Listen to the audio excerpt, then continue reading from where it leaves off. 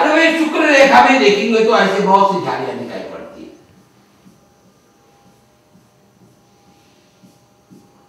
क्या ये झाड़ियां है? ये झाड़ी है, कदापि नहीं। उठी रेखाओं को काट रही है, काटी रेखाओं को खड़ी रेखाएं काट रही है। इस प्रकार कटी हुई रेखाएं खंडन रेखाएं हैं, खंडित रेखाएं, मगर जाली नहीं। जाली किसको कहते हैं? 3 आड़ी रेखाएं, 4 खड़ी रेखाएं, यानी 4 आड़ी रेखाएं, 3 खड़ी रेखाएं, ये भी जाली है। संख्या बस 3 4 3 4 3 4 से, दोनों नहीं, 2 ऐसे रहेंगे तो इसको जाली कैसे होती है? चतुर्भुज हो गया। चतुर्भुज में जाली में अंतर है, इसको जाली बोलते हैं, इसको ग्रिल बोलते हैं। ये चतुर्भुज बोलते हैं इसको। 4 भुज है, स्वतंत्र है। ये शुभ चिन्ह है, ये अत्यंत अशुभ चिन्ह है, यानी कंगाल रेखा है। ये बिल्कुल भगवान की दया से किसी व्यक्ति में ना हो। ऐसी रेखाएं बहुत सारे लोगों को चंद्र स्थान में हो, कुज स्थान में हो, कंकण स्थान में हो, शुक्र स्थान में हो, किसी ग्रह के स्थान में हो, स्त्रियों के प्रति दोष होने के कारण जेल भरना पड़ेगा, जाना पड़ेगा उसे।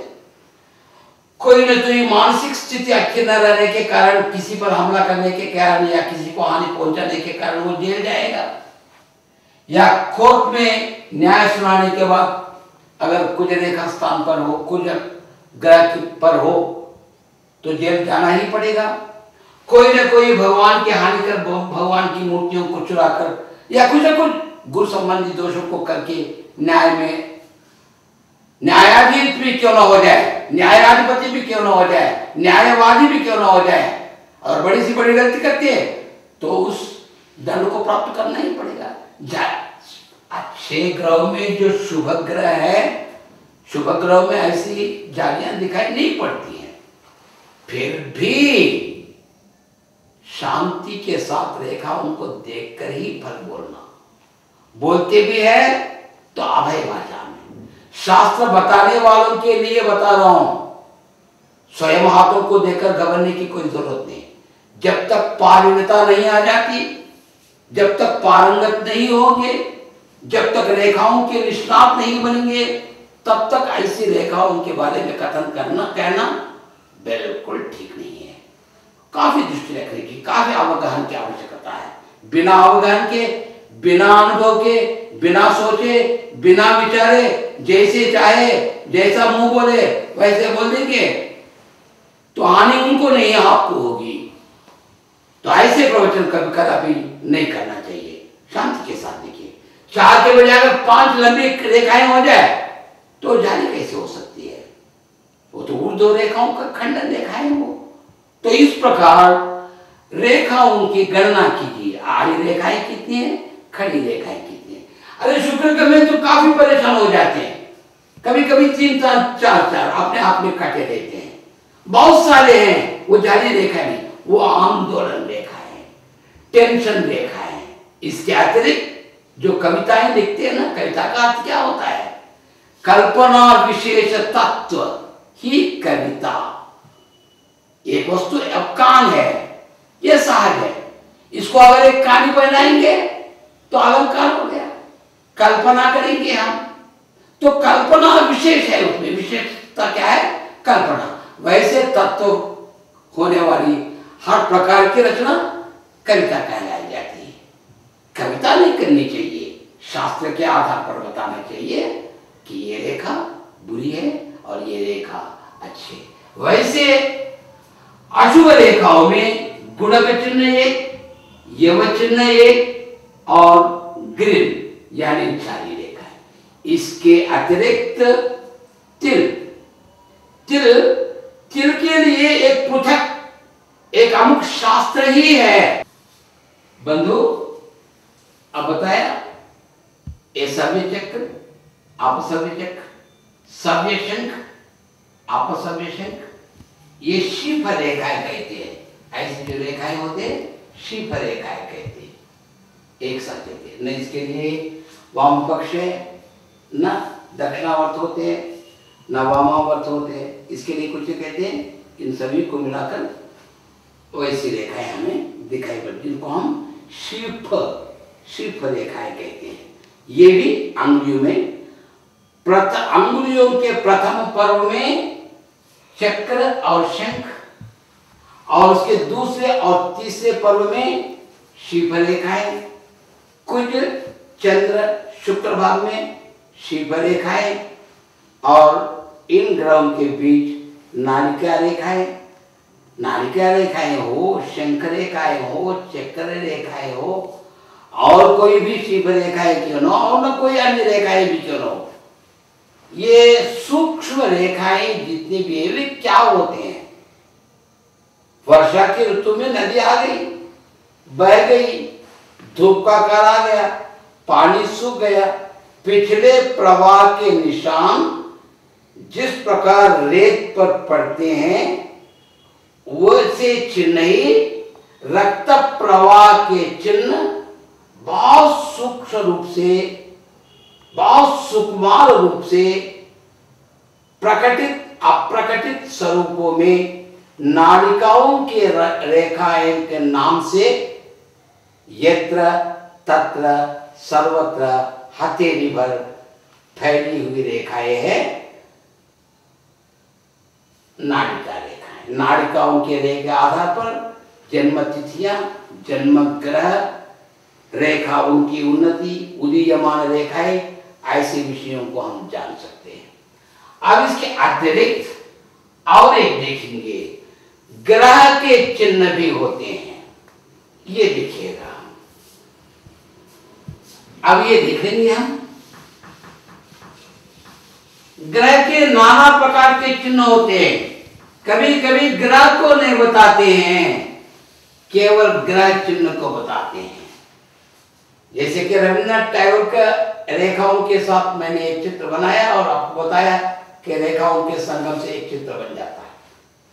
कभी कभी इतने सूक्ष्म रूप से बताना पड़ता है।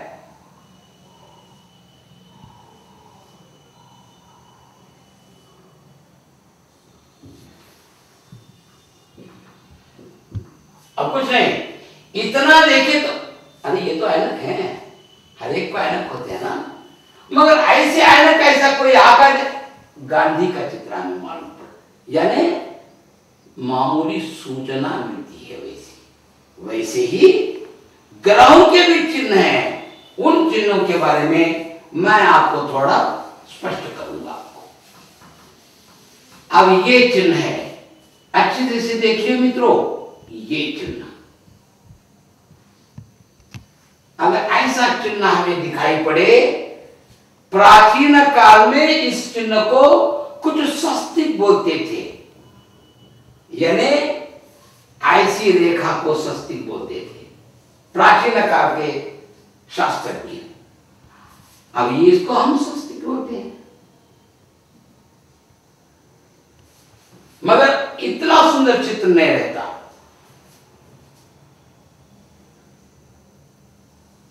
ये भी स्वस्तिक चिन्ह है, ये ना स्वस्तिक चिन्ह है, ये गुरु का चिन्ह है। बड़ा हो या छोटा हो, सीधा हो, जरा टेढ़ा बिंगा भी क्यों हो, ऐसा भी कभी रहता है गुरु का चिन्ह। ये भी गुरु का चिन्ह है, ये गुरु का है, ये गुरु का चिन्ह।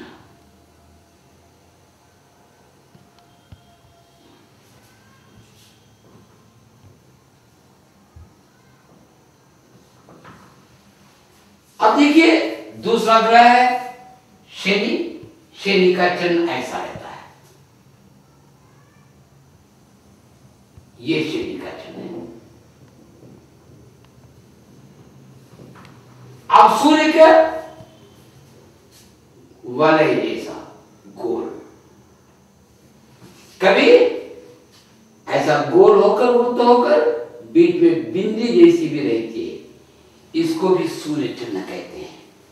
ये शनि का, ये सूर्य का।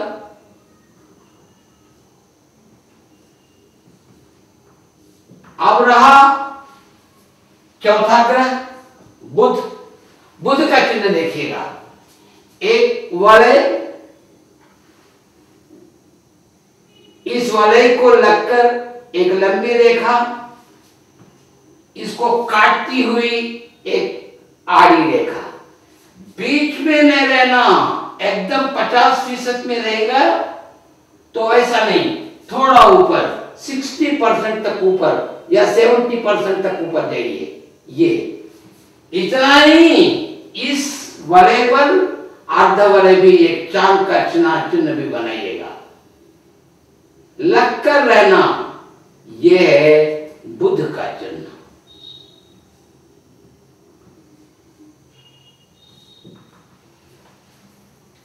अब रहा कुज का चिन्ह, ऐसा गोल वलय और एक बाण का चिन्ह, या नहीं ऐसा भी हो सकता है, ये भी बाण का चिन्ह है, ये कुज का चिन्ह है, मंगल चिन्ह। अब देखिए चंद्र का चिन्ह दो प्रकार के होते हैं, ये और ये भी। ये चंद्र के हैं,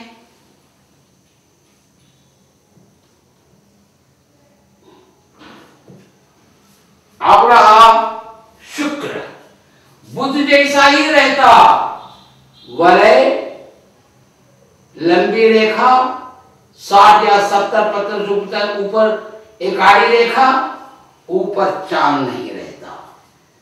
यह है शुक्र का चिन्ह।